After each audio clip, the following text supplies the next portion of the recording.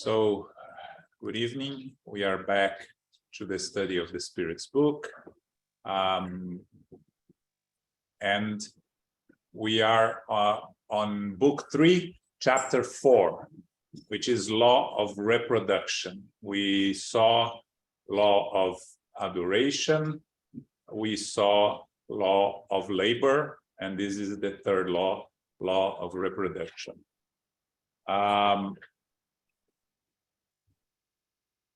We are going to start on question 686. Philip, you read for us? Certainly.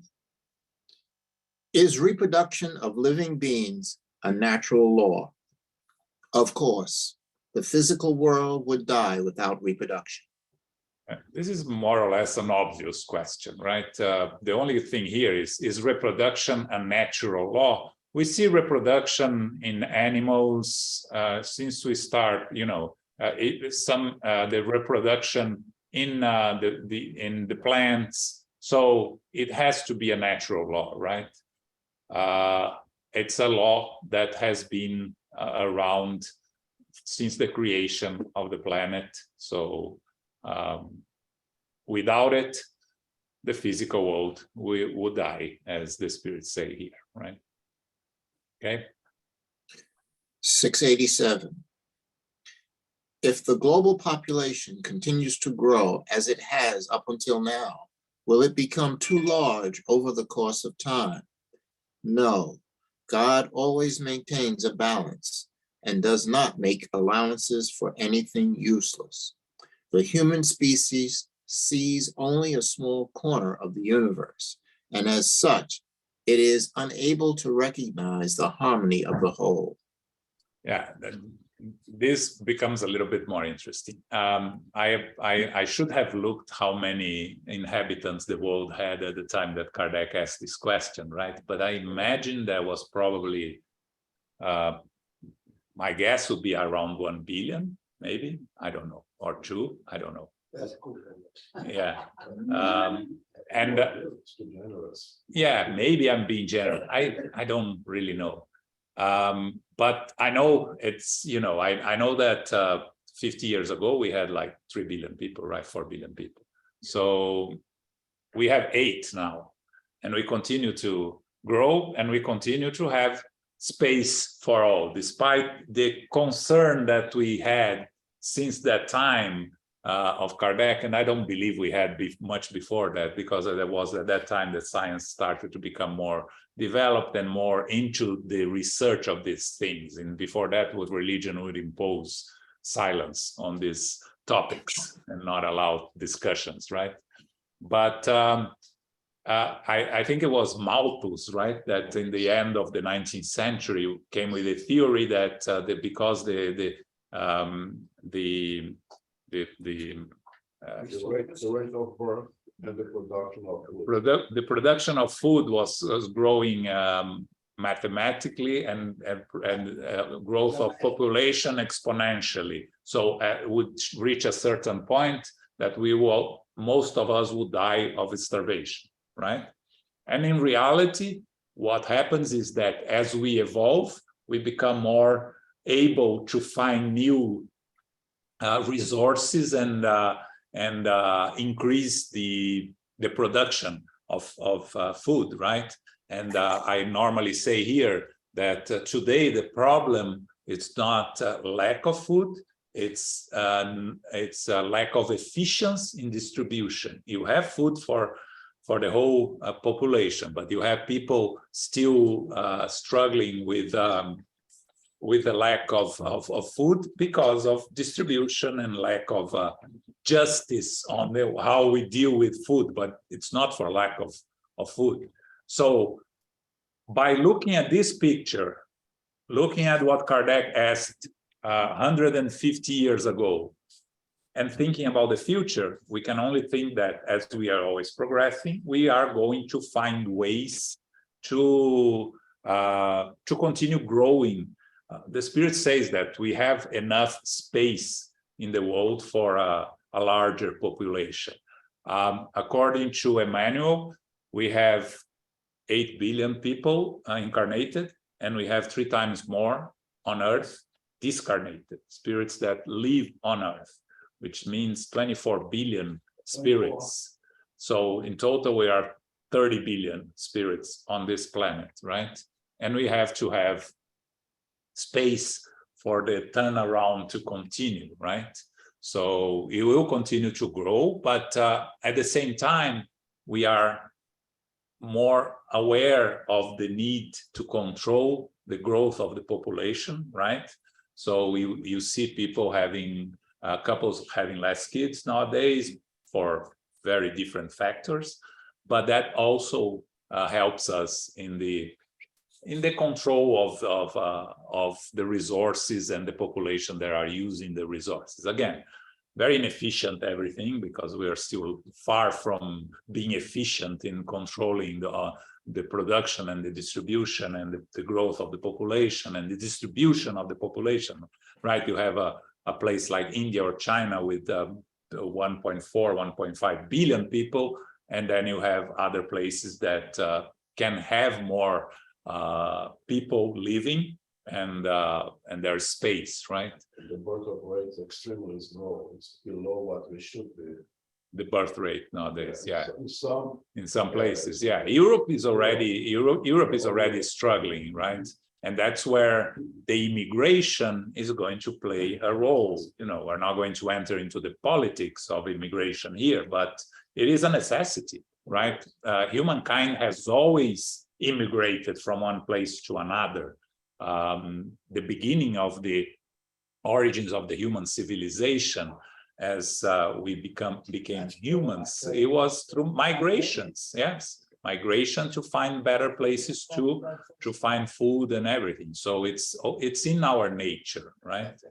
So we will continue to and as we evolve, we become more morally and intellectually prepared to deal with the situations. We are going to be better at it in the future, right?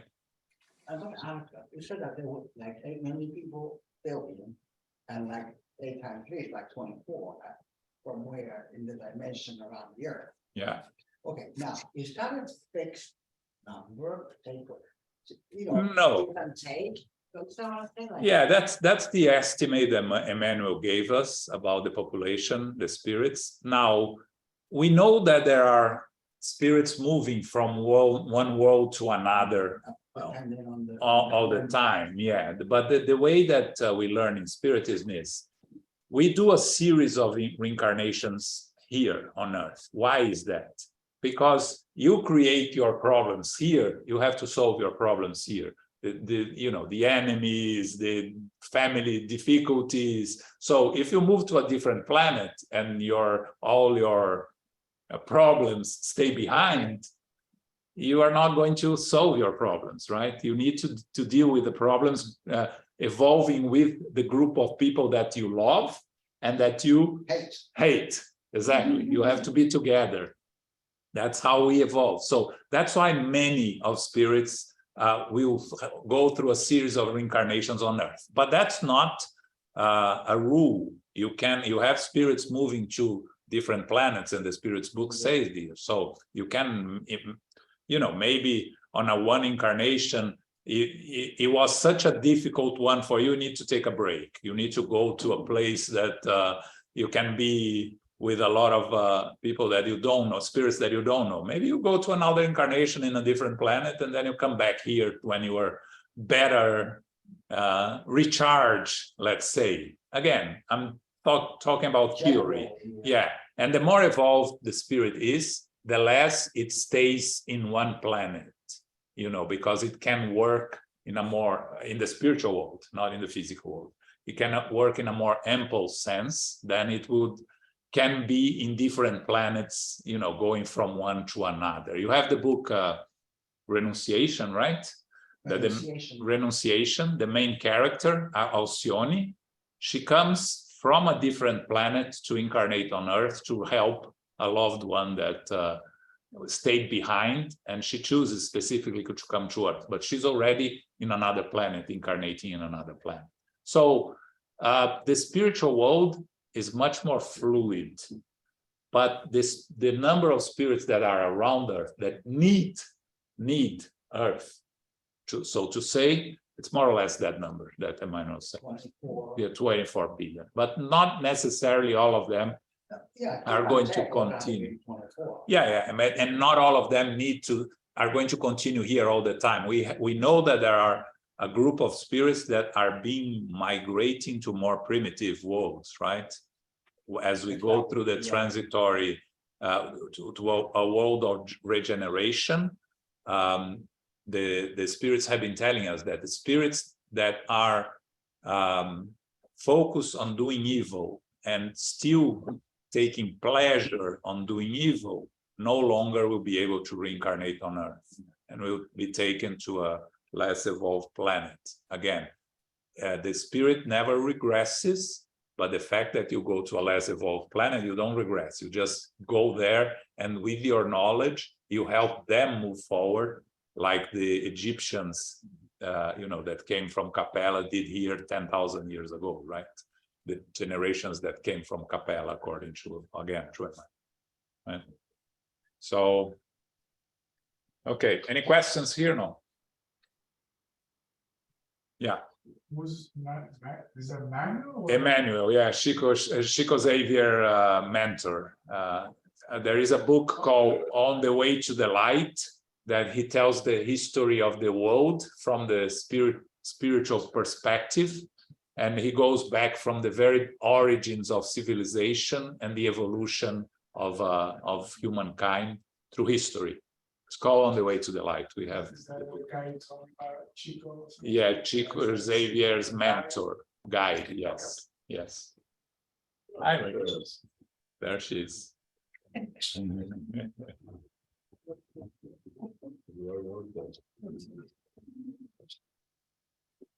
Okay.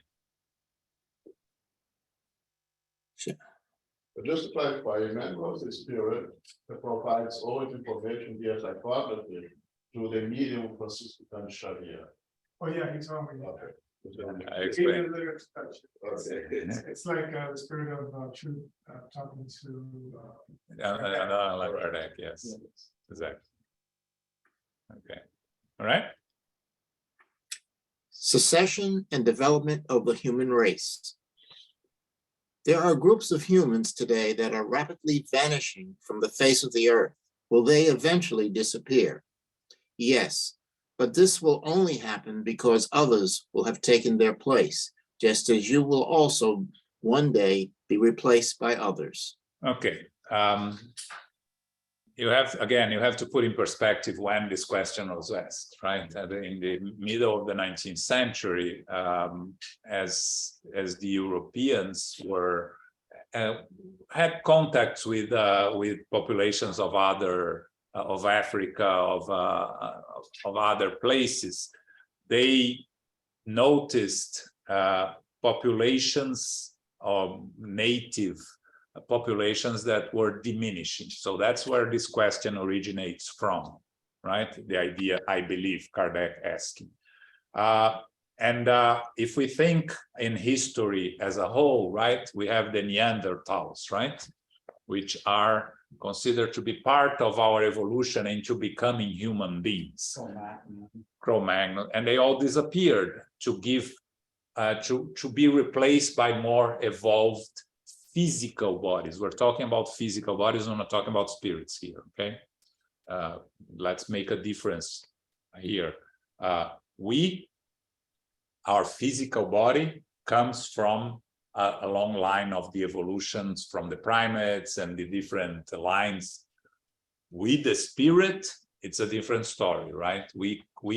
Most of us already had our first incarnation in a different planet, and we came here already after our first few incarnations. Very few of us had our first incarnation on Earth, according to the spirits. So it's important to separate our physical body, where does it come from, and we as spirits, where do we come from? So what we're talking here is groups of humans that are vanishing, are going to disappear, races that are going to disappear as we evolve and we become more, we perfect the human body, Okay, we're not talking about here. This is not. Yeah, we have to be careful here not to. Yeah. The very should understand, it's not talking about ethnicities. Yes, okay? not Very important. ethnicities. Race, Yes. race, like human, Human. Homo sapiens sapiens, to Neanderthals, to Cro-Magnon, to all of those. That's what we're talking about. Yeah, we're not talking color, race, nothing like Not that. talking No. We ethnicity. are talking our physical body as a whole, right? As we evolve, we become more better human body, and Elmo can talk a little bit about the medical aspect of it, right? The appendix, right? That we're Some going. people are already born without it. Yeah, some people are already born without because there's no use for it anymore. That's the evolution, right? That we study at the time of Kardec. Darwin started to present the theory of evolution, and that's the theory of evolution of Darwin. As we perfect the human body, we will have better human bodies in the future. But again, this is a process that takes millennia. It's not something that in 100 years will be different. No, we were not different 100. We're just taller than 200 years ago. You know, the average height of 200 years ago was probably 5.6, 5.5, right? And nowadays it's You're still taller than me. What happened to from that era? So, you know, as we evolve, we following Darwin's theory, we become more perfected physical body. Why? To make better use of our time here during our incarnations. A body less susceptible to diseases, less susceptible to the problems that we have nowadays is what we hope to have in the future, right? Life expectancy itself, Yes, it's already. if you think of it. Yeah. I don't know if you watched Jusara talking on Saturday on this symposium. She talked about she was talking about who he was, I forgot. But she said the average life was the Fox sisters. The average life was 35 years old at that time, right? Yeah. And you know, I made a joke that Bia, who was in my panel, she's 23. So I told her she was middle-aged at that time. At that time. So you see, nowadays we are, 70, depending on the country, 70, 80, right? So we need better bodies to live longer. We can see the problems of our physical body when we get older, right? Most of older people struggle with their physical body. So our physical body needs to improve for us in the future. But again, this is a 1,000-year process. We're not talking about 50, 100. It's a process of evolution and improvement of the physical body. Okay. 689. Are human beings currently living on Earth a new creation or the improved descendants of prehistoric human beings? They are the same spirits that have come back to improve themselves in new bodies, but who are still very far from reaching perfection. The current human race that is slowly invading the Earth and replacing pre-existing humans will one day decline in number and disappear. It will be replaced by other, more perfect races that will be descendants of the present race. As civilized men and women today are derived from the wild savages of prehistoric times. Yeah, replace savages with primitive people, please. Have you been on the streets lately? I was trying to move away from that word, but still there in the translation. So this is what we spoke a little bit about, right? Our physical body is descendant to the physical body of the primates and the Neanderthals and the mix. And they are, I read recently that they discovered that the primitive humans interbred with Neanderthals. They found in DNA the proof that there was interbred between the humans and the Neanderthals when they lived together at the same time. So we all carry some Neanderthal DNA in ourselves, right? But they don't no longer exist. So we are just, it shows the progression of the human race, right? So, and again, we have to be careful to separate the spirit from the physical body, again, because we as spirits is a different journey than our evolution as the physical body. There were spirits incarnated in those since the beginning, of course, since the first primitive human beings, there were spirits there. But what the spirits tells us is that most of us here, and again, the population at that time was what? 50,000? I don't know, maybe, I'm guessing here, right? So if we are 24 billion, where did we all come from? So this 50,000, some of them may still be incarnated here on Earth and started here.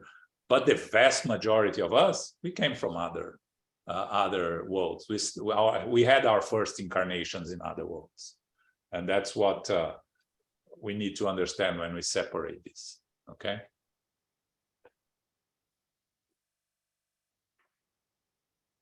$6.90? Yeah.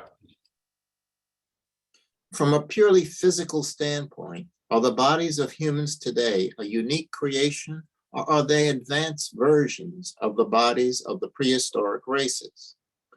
The origin of various human races is lost in the night of time.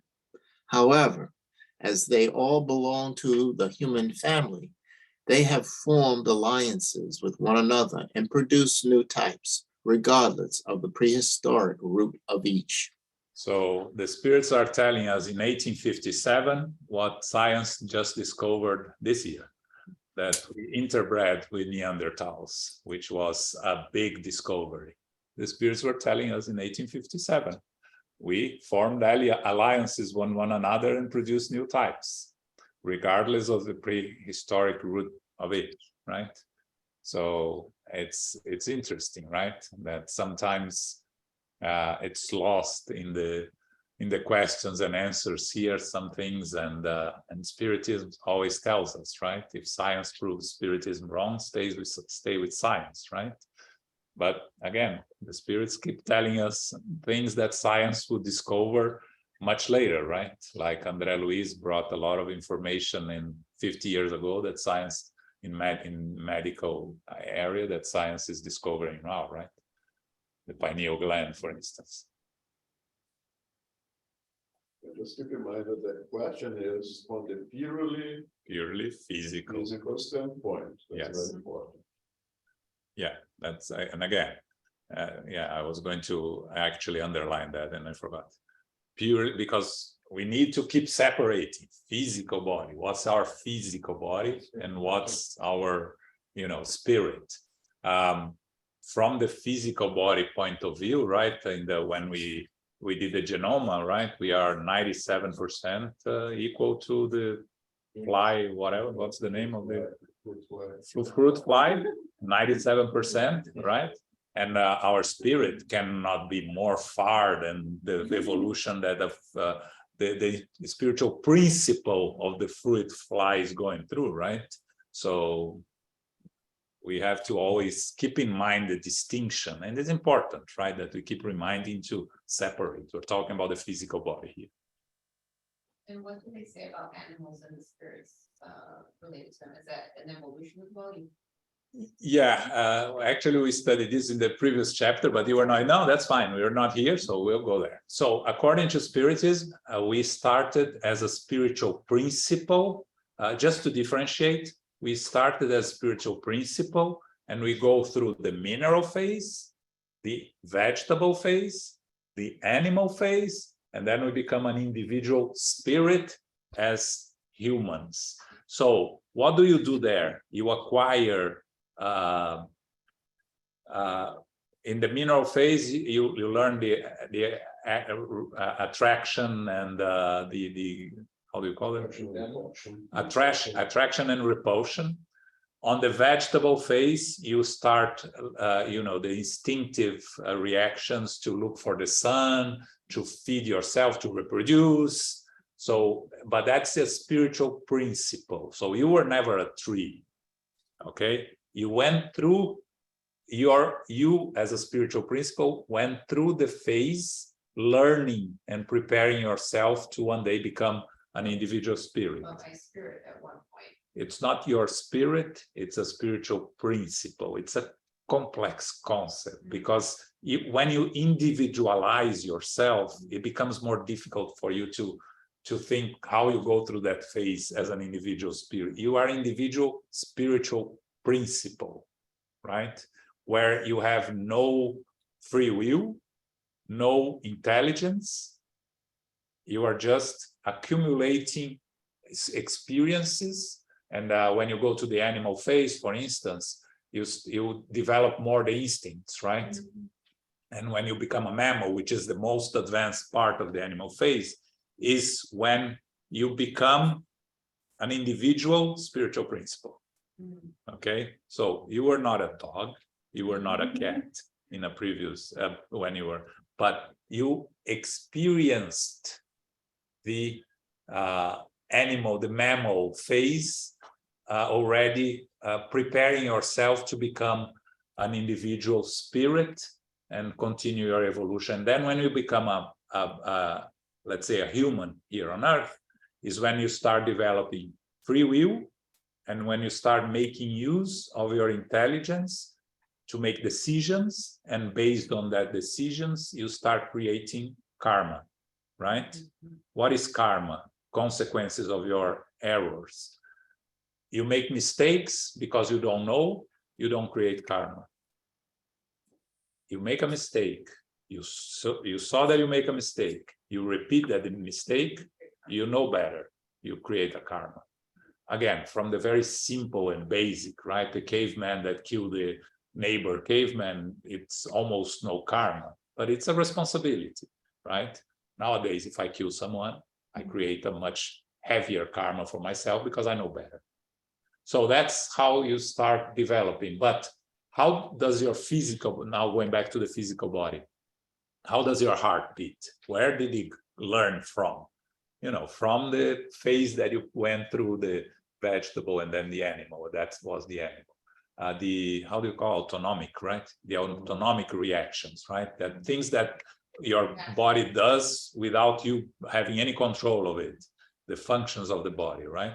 And then you have the instinctive reflections, right? You're running away from danger and, all the instinctive, which is you have more control. You can learn to control your instincts. That comes from the animal phase also, right? And you develop in the human phase, okay? Is there anything said that, for example, you can't, for example, you have to be a vegetarian because of that, or no? Sorry, go again. Should you need to be a vegetarian then, because you can't harm? Again, as we become more evolved spirits, we are going to learn to live without needing this animal protein, but we're still not there, right? Can we? Should we? Elmo always talks about, yes, we can, if we learn how to feed ourselves in a way that we can make our body function, right? But when we enter into this discussion, I always bring the words of Jesus, right? That it's more important with what comes out of your mouth than what goes into your mouth, right? So you become a perfect, healthy human being, but you are a nasty person, right? You are not evolving, right? So yes, we are going to get there, what you were saying, because that's the future. We are going to learn. A perfect spirit feeds itself with air, right? So how do we get there?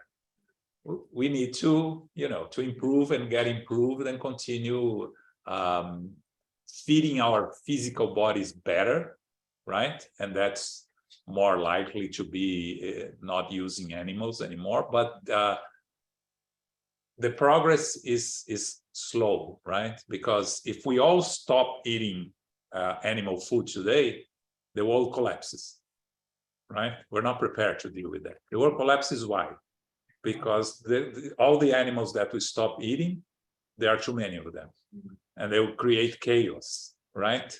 So And the food production itself. the food production, yeah, we're not prepared. So are we starting to transition? You can see the very beginning of this transition, because it's something that 50 years ago nobody was concerned about, and 50 years later we're already talking and discussing this. So you can imagine that in 200 years time we are going to be much more evolved in this sense. But it's again, the evolvement is a gradual process. It's not something that is going to happen, suddenly. I think in India, 68% of the populations are vegetarians, Yeah.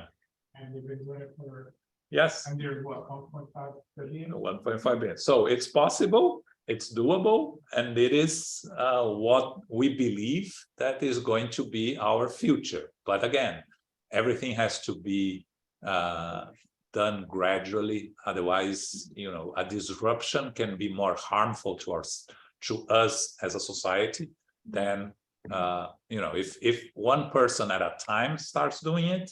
It's how we should do it. Because if you impose, you always have people that are not going to accept and are going to rebel, right? So you cannot impose. If people start convincing themselves the need for it and accepting and understanding and doing by themselves, that's how you are going to change, right? I know someone that started being a vegetarian because of his girlfriend, and stayed a vegetarian for 1 year. The moment he broke up with her, went back to because it was not part of who was, right? So it has to be something natural. There has to be a part of you. It cannot be forced, imposed, right? But yes, we'll get there. Okay. 691.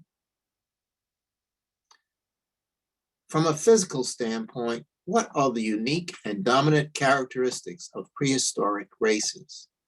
They are characterized by the development of physical power to the detriment of intellectual power. Right now, the opposite occurs. Human beings act through their intelligence rather than through their bodily strength, and accomplish 100-fold more than they did in the past, because they have learned to leverage the forces of nature, which animals cannot do. Yes, so in the prehistoric races, when we were primitive, what was important? To be strong, right? To hunt, just to provide for the family, and to survive. So you need to be strong. So how much of intellectual abilities you needed, right? How much? You need to make choices. That's your intelligence was for, to make choices, where to hunt, how to avoid being hunted, how to find shelter, how to build some sort of shelter. So that's the basic forms of intelligence that we were using. But the physical power was much more important. Now, as we evolve and more, we just have to look around. We are using much more our brains than our physical forces, right? And in prehistoric times, we didn't need to go to the gym, right? Our daily lives was a gym, right? Nowadays, we need to go to the gym because we work sitting and using our brain. So that we need to keep our physical body moving, exercise it, take care of it in a different way that we used to do in prehistoric times, right? So the more we develop, the more we are using intelligence, and you can see how we are developing the robots to help us build things that are too boring for us to be doing all the time, right? The movie Modern Times from Charles Chaplin that I mentioned here a couple of weeks ago, right? This is the intellectual power. The more we use our intelligence, to help us live a better life, the less we need the physical power, right? And still, we are using it. There are many jobs in the world today that needs physical power, but it's not the same as it was even in the time of Kardec, that agriculture was really, most of the people that worked at that time worked in agriculture, and they needed the physical power, right? Even if it was to use an animal, but still to control the animal. And nowadays, much less. So we learn to leverage the forces of nature, right? Like they say here, and that's the difference again between us and animals. Animals, they don't know how to do it. Animals learn something, but it gets stayed with that specific animal, and it's not transmitted to their continuation, right? Okay. Yep. 692. Yep. Does using science to improve vegetables and animals contradict the law of nature? Would it be more compliant with that law to allow them to follow their natural course? All beings must contribute to help general progress move forward in every way possible. God employs the human race as instruments for the perfection that is the goal of everything in nature. The act of assisting in this process of improvement is the way in which humanity can participate in carrying out divine plans. In their efforts to improve various species, humans are normally motivated by self-interest and have no goal other than increasing their own personal happiness. Does this not diminish the merit of their actions? What does it matter if their merit is insignificant, as long as progress is accomplished? It is up to them to make their labor admirable by their intentions. Nevertheless, these improvements help human beings develop their intelligence and derive the greatest value from their efforts. So the spirits are telling us here, and before Malthus, right, that we need to move forward, and we need to use nature to help us progress. So using science to improve vegetables and animals does not contradict the law of nature according to the spirits. Whatever helps us progress and help us make us live a better life, and that better means physically and spiritually, right? It's within the natural law. Of course, then you can ask, what about all the abuses? But the abuses are our mistakes. It's not, is us going against the natural laws. So if we mistreat the animals, if we, if we go and create crazy things using science, again, it's us experimenting and creating problems for ourselves. This was before we used science to create the atomic bomb and other destructive weapons that we have plenty nowadays, right? And going back to plants, right, we see a lot of experimentation with plants nowadays, right? Is this helpful? Yes. Is it all good? Not necessarily, right?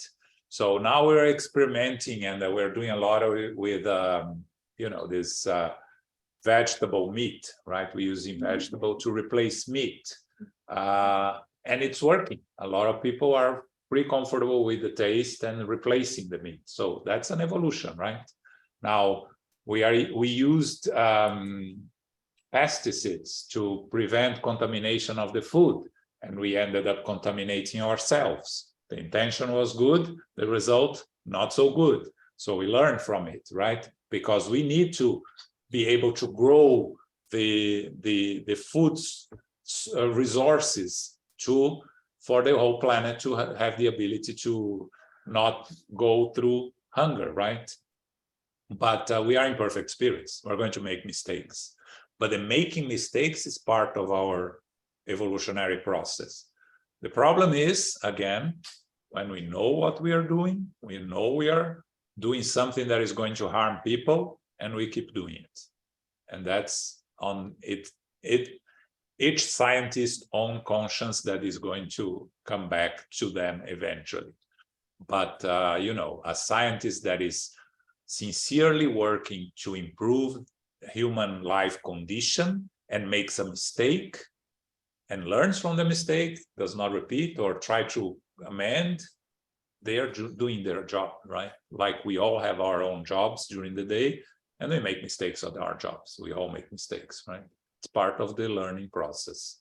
So again, vegetables, animals, they are here in this planet to help us progress, right? In different forms, depending on the animal, right? We still have to learn what the insects, many of them are here to do with us. Some of them we learned, but some of them we don't. So, but eventually we will learn, understand why cockroaches exist. Yeah, like engineering our foods to come with its own pesticides and to diminish pollution and carbon print and all of that. It's Yeah. have been doing that for 20 years now. And it's just And incredible. it's amazing, right? It's working. It has its problems always, right? But But it diminished many other problems. yes, exactly. You create new problems, then you find the ways to overcome those new problems. Yeah, yeah, you're right. Yeah, you work with that. I forgot. Yeah, yeah, So, yeah. Okay. João, Yes, Renato. quick question. So, when you read Evolution to Worlds, you see that since the beginning, monads and spiritual prince, everything, we are assisted by, you know, spirits and that are assigned to help us to evolving, you know, to the in evolution path. And they already have a quote unquote the plan in order to get to the point that we are right now. So in terms of the humans interfering, helping or adding on that process of this plan, like, you know, things like clonation or mutation, even, you know, with plants and stuff like that, those spiritual principles, you were experiencing something according to from what I read so far, that it was not in the previous plan, let's put it that way. So that experience that they are having, will that be spread through all the spiritual principles, or will be localized to those spiritual principles that experience whatever they do in terms of mutation, clonation, whatever they doing that is not in the original plan? I think the original plan is something that we can discuss, right? Because as we evolve, the path of evolution goes through all these different experiences, right? In terms of the evolution of the spiritual principle, just to give an example to make it easier, you don't need to go through an elephant, a cat, a dog, a whale. You know, you learn the characteristics going through parts of it, through some experiences, through, you know, you learn enough, you know, in let's say a pack of wolves, that you don't need to come back for the cheetah, or you know, in that sense. In the mammals, you in general learn through the mammals your evolution. So the spirits, the spiritual principle that are going through the experiences on these you know, transformed vegetables, they are learning what they need to learn, accumulating the experience they need, that will help us in their progress. But it's not going to be one or another. I don't know if I was clear. I don't know, Emo, if you have anything to add here. Yeah, I'm not sure to understand his Yeah. question Yeah. entirely, but I think what you're saying explains the answer from the spirits when Kardec asked if there are animals and plants in more advanced worlds, and the spirits responded that yes, but the animals and the plants in more advanced worlds are also more advanced than the plants and animals in the world that we live. But still animals and It's plants. still animals, still plants, but they are more advanced as well. So if you take, for example, corn, the corn that we eat today is not the corn that Columbus found when or the Spaniards found when they arrived in America, right? That corn no longer exists.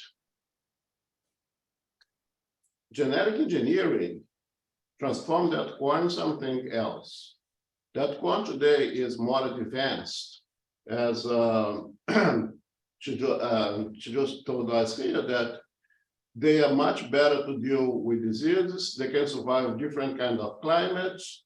They can survive with less water. So it's a more advanced corn, but it's still a corn. It's still a plant. And the intelligent principle had benefited to this progress to be associated with more advanced corn. Does it make sense? Yeah, because I asked that question, but in truth, I have a back question in my mind because that's a subject that I've been discussing for a while. Why some spirits they get to perfection a fast track, or they make better decisions. So on this subject, I was trying to figure out if even from the spiritual principle phase, let's put it that way, those experiences will influence to have a different way of seeing things and making different choice. That's why we behave in the way we behave. For example, back in the when we were beginning humankind, some would become hunters, others will become farmers. So why that decision? Why some would farm, others would hunt? Why that those decisions were different if we come from the same spiritual principle, experience the same things? So I was just trying to make analogy, if even from that point we will influence and carry on to the point that we become individual spirits and make different choices and different decisions as well. We as spirit? Yeah, carry from that stage to where we are right now, because we carry everything, right? We bring everything in us. Yeah. The choices we make, like you said, why some became farmers, some became hunters, out of necessity is my guess, right? It's not because we didn't know better. We had options, and then we planted something, it worked. So let's continue planting here. That's how agriculture started. Hunting, it's instinctive that we bring from animals, right? We killed other animals to survive, to eat. When we are in the animal phase, we continue doing that when we are primitive humans, right? Because we bring that. Now the agriculture is already an evolution from the hunting, right? But at a certain point, we are doing both, depending according to our necessity, right? But we just saw here that the farmers of one time, sedentary humans who now stay in one place and develop agriculture, are the same spirits that one time they were hunters and gatherers, nomads, that have learned to stay in one place and develop farming in an evolutionary path.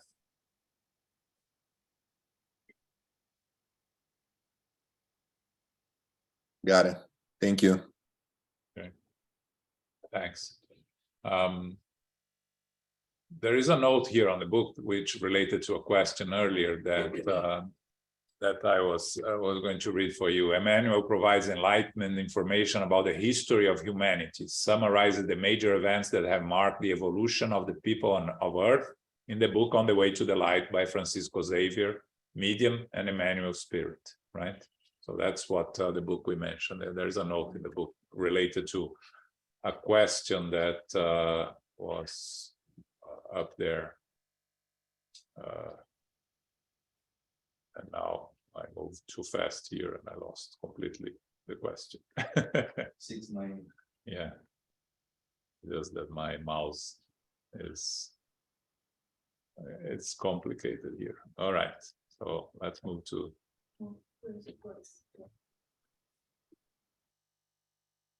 Getting there.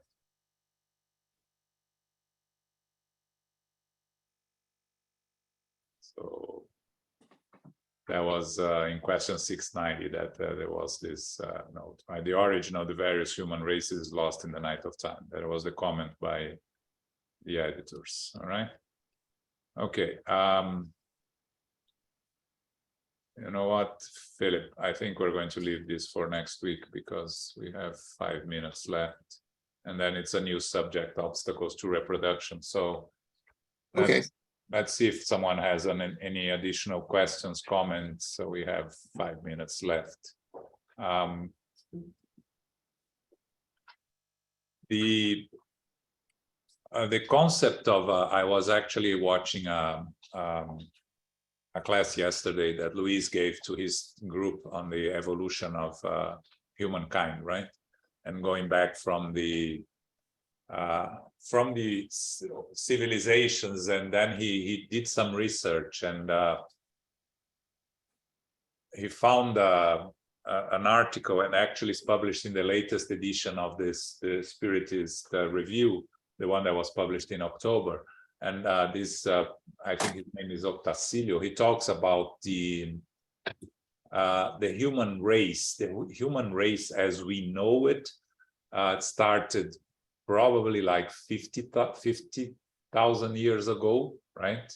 After, you know, the Homo sapiens, that's how, when we became to evolve to what we are today, right? Before that was still, let's say, primitive spirits in primitive physical bodies, right?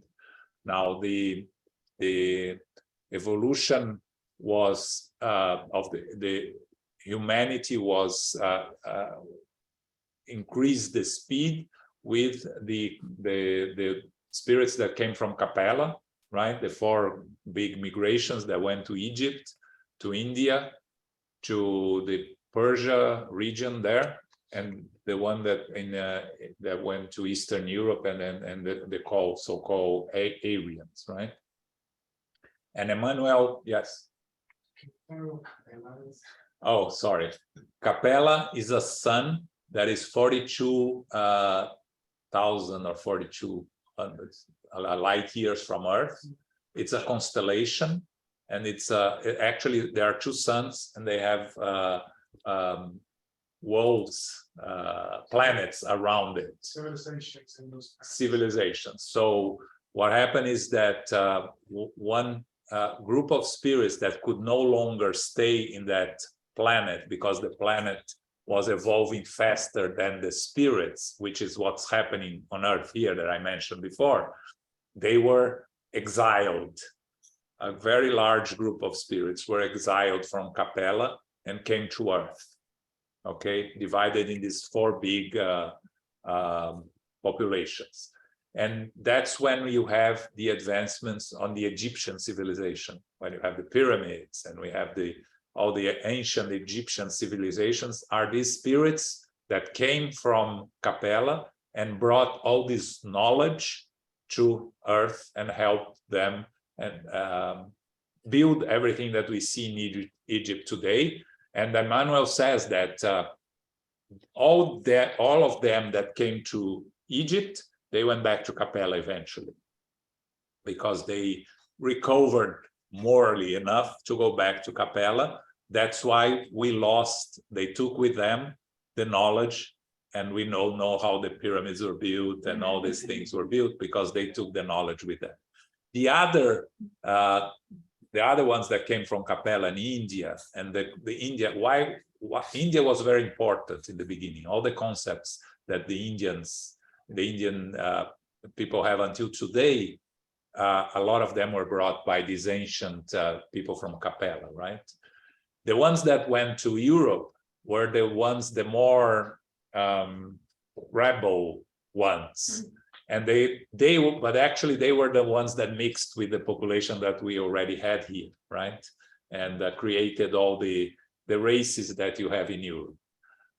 The ones that, and it's interesting, Emmanuel talks about the Chinese. The Chinese is not from Capella. They are an ancient civilization in themselves with their knowledge. What about the Aztecs and the Maya?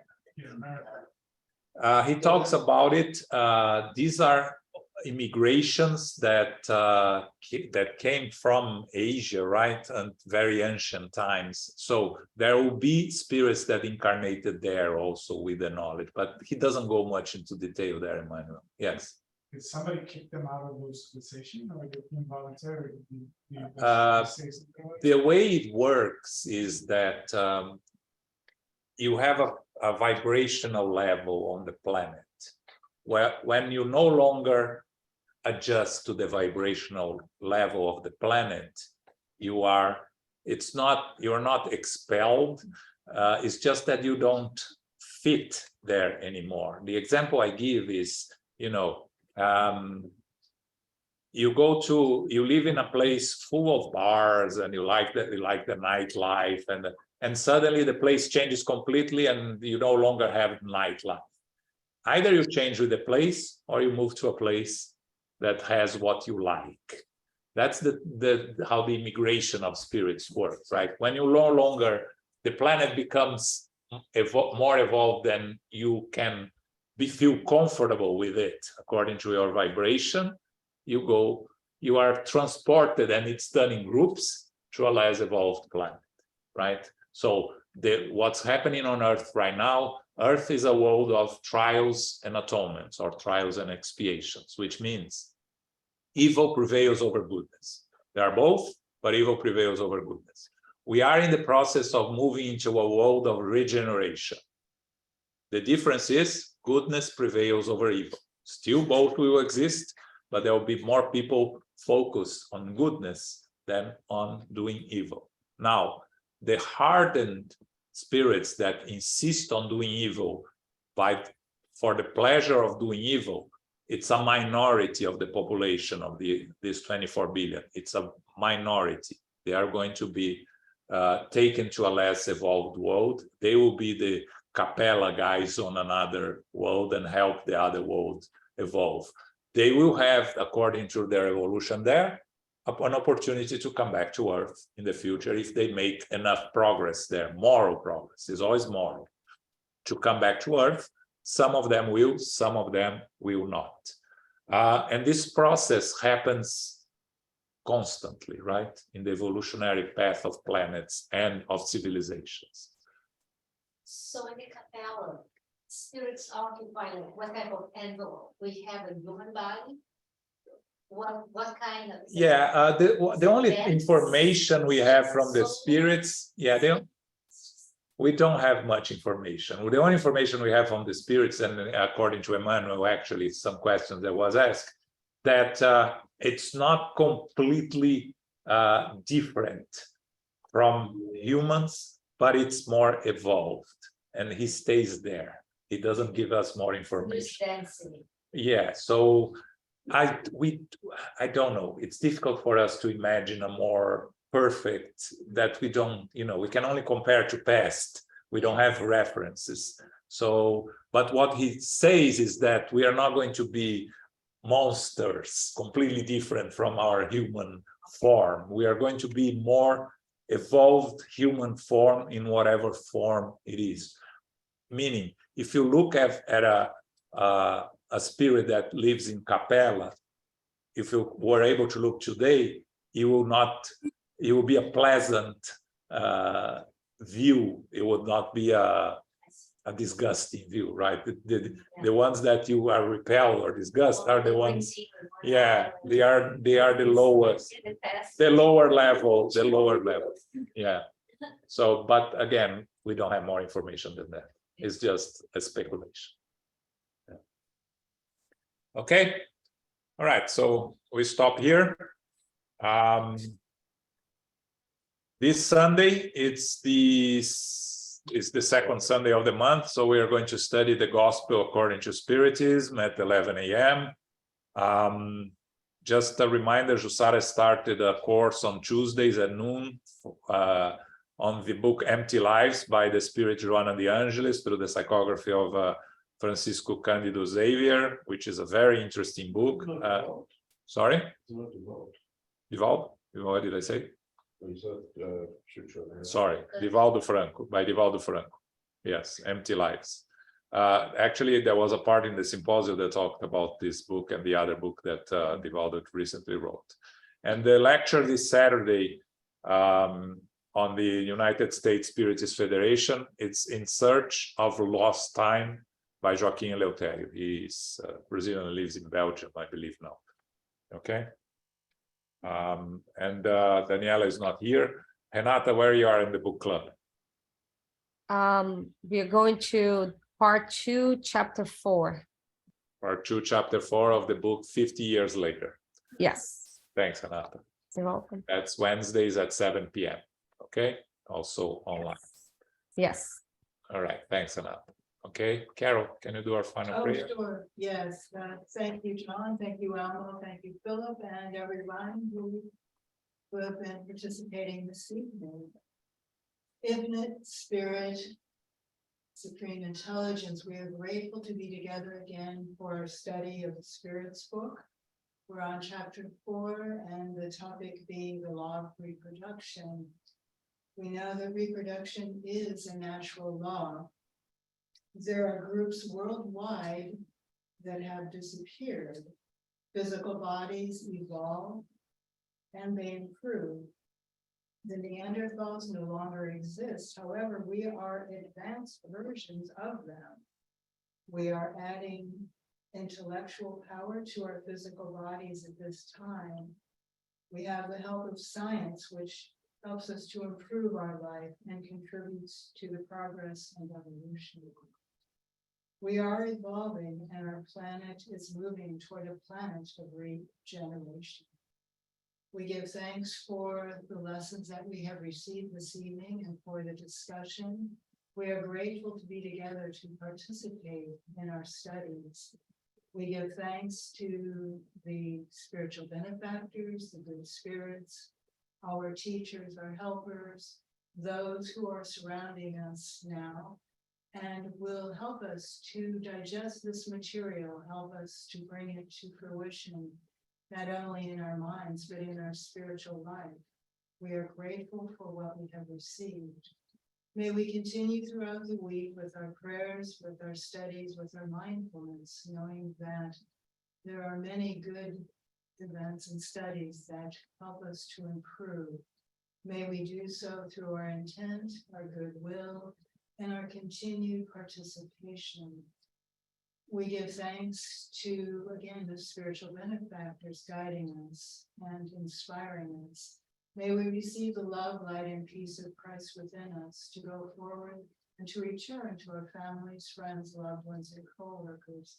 May we bring this good energy and these studies to those who may be receptive through our discernment and through our good intentions. And we humbly ask for safety and protection as we go forth now to our family, friends, loved ones, and co-workers. We are never alone and we are never abandoned.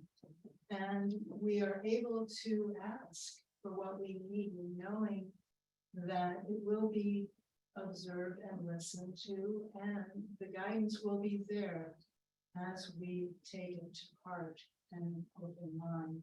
We close now and ask to receive the love, light, and peace of Christ within us. And we remind ourselves to go forward as beacons of light, with courage, with fortitude, and with ever moving forward in the progress of service and charity, love and action. Go forth now in peace, so be it.